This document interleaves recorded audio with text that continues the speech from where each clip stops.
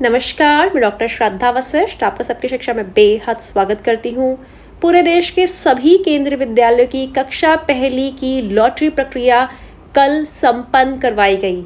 आप भारतवर्ष के किसी भी राज्य में रहते हैं, किसी भी शहर में रहते हैं, किसी भी गांव में रहते हैं, यदि आपने कक्षा पहली में दाखिले के लिए अपने बच्चे का केंद्रीय विद्यालय का ऑनलाइन फॉर्म भरा है तो आपको अब बच्चे का रिजल्ट पता चल जाना चाहिए। रिजल्ट को देखने के मैं आप सभी को शुरुआत से बता रही हूँ, खुद केंद्रीय विद्यालय संगठन के दिशा निर्देशों के अनुसार 2 तरीके हैं। पहला, जिस भी स्कूल का नाम आपने ऑनलाइन फॉर्म में भरा है, ज़्यादा से ज़्यादा आप 3 भर सकते थे, कम से कम 1 तो भरना ही था। उन स्कूलों की वेबसाइट पर जाकर आप बच्चे का रिजल्ट देख सकते हैं, या फिर आप उस स्कूल के बाहर लगे नोटिस बोर्ड यानी कि सूचना पट पर भी बच्चे के रिजल्ट की जानकारी प्राप्त कर सकते हैं। साथ ही मैं आप सभी को यह कहना चाहूँगी कि हो सकता है कई बार इंटरनेट ग्लिच की वजह से या फिर इतने लोग एक ही वेबसाइट खोल रहे हैं, ऐसे में भी कई बार स्कूल की वेबसाइट नहीं खुलती। तो सबसे बढ़िया रहेगा आप स्कूल के बाहर के नोटिस बोर्ड पर जाकर बच्चे का रिजल्ट देखें। साथ ही उन्होंने वह पर्चा यानी कि वह प्रिंट आउट भी लगाया होगा जिस पर आगे की प्रक्रिया के बारे में जानकारी दी होगी, यानी कि अब बच्चे का नाम आ गया है, अब आगे क्या करना है। तो आज मैं आपको उदाहरण के तौर पर दिल्ली के जो जनकपुरी में स्थित है केंद्रीय विद्यालय, उसकी जानकारी देने जा रही हूँ। जैसे कि मैंने यह केंद्रीय विद्यालय जनकपुरी की वेबसाइट खोली हुई है। आप गूगल पे सिर्फ लिखेंगे केंद्रीय विद्यालय जनकपुरी, केंद्रीय विद्यालय जनकपुरी की वेबसाइट खुल जाएगी। आप कहीं की भी वेबसाइट खोलना चाहते हैं, जैसे केंद्रीय विद्यालय जयपुर, केंद्रीय विद्यालय जयपुर में जिस जगह के नंबर 1, नंबर 2 जो भी इस प्रकार से आप खोलना चाहेंगे वे खुलती चली जाएंगी। केंद्रीय विद्यालय कोई भी ONGC और आगे जगह का नाम खुलती चली जाएंगी वेबसाइट।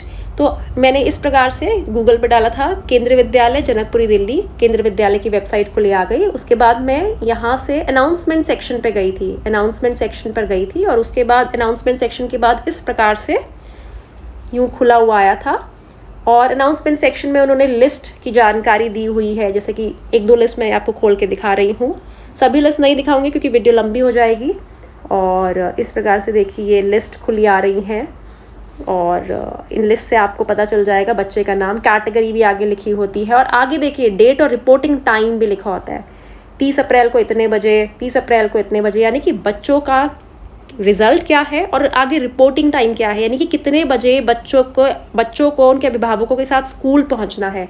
हर स्कूल की जो एक वेबसाइट होगी इस पर इसकी जानकारी होगी। साथ ही स्कूल के बाहर के नोटिस बोर्ड पर भी संबंध में जानकारी होगी, क्योंकि दाखिला प्रक्रिया आज से शुरू हो गई है। कल 29 अप्रैल थी।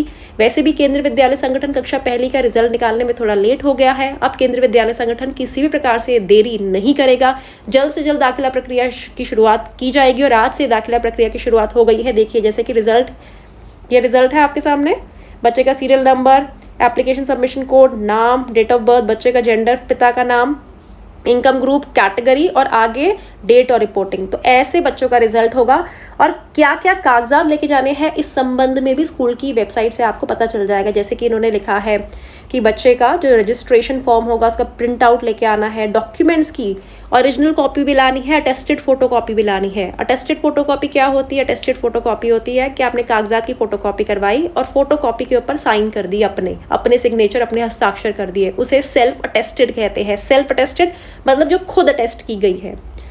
बच्चे का डेट ऑफ बर्थ का इन्होंने बोला है, एप्लीकेशन बोला है, बच्चे की पासपोर्ट साइज बोली है, सेल्फ डिक्लेरेशन बाय पेरेंट्स बोला है जो KV के फॉर्मेट पे होगा।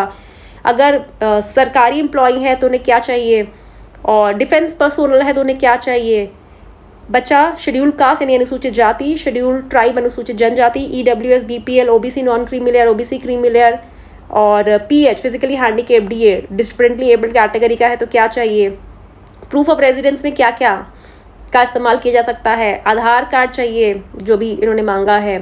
RTE के लिए डिक्लेरेशन चाहिए होगा, वो भी फॉर्मेट में चाहिए होगा। मैंने बताया था आपको सिर्फ RTE में डिस्टेंस का देखा जाता है, देखिए सिर्फ RTE के बारे में ही डिस्टेंस की बात की गई है।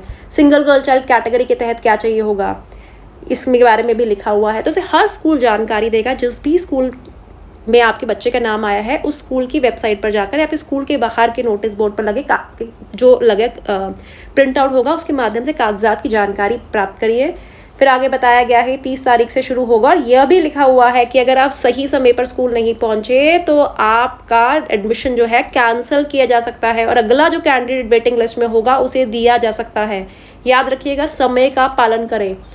साफ साफ लिखा गया है कि वेयरिंग मास्क जरूर पहनिए, सोशल डिस्टेंसिंग मेंटेन करिए, सैनिटाइजर लाइए। और बहुत से अभिभावक ऐसे होंगे, हो सकता है कि कोरोना का सामना कर रहे हो, कंटेनमेंट जोन में रहते हो, होम क्वारंटीन में हो, तो ऐसे में स्कूल की वेबसाइट भी दी गई है कि वहाँ आप मेल करिए और बताइए, तो आपके वेरिफिकेशन ऑफ डॉक्यूमेंट्स का उसके अकॉर्डिंग ऑल्टरनेट अरेंजमेंट किया जाएगा। और फिर स्कूल की वेबसाइट की जानकारी भी दी है, साफ साफ कहा है नोटिस बोर्ड को रेगुलर अपडेट्स देखते रहिए।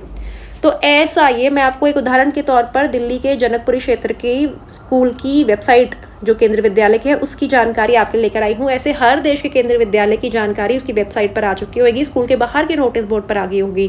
तो आप सभी को कहूँगी जल्दी रिजल्ट देखिए, जल्दी अगर आपके बच्चे का नाम आ गया स्कूल पहुँचिए। और याद रखिएगा, स्कूल वाले समय के अनुसार बुला रहे हैं, समय के अनुसार स्कूल पहुँचिए, सारे कागजात लेकर पहुँचिए।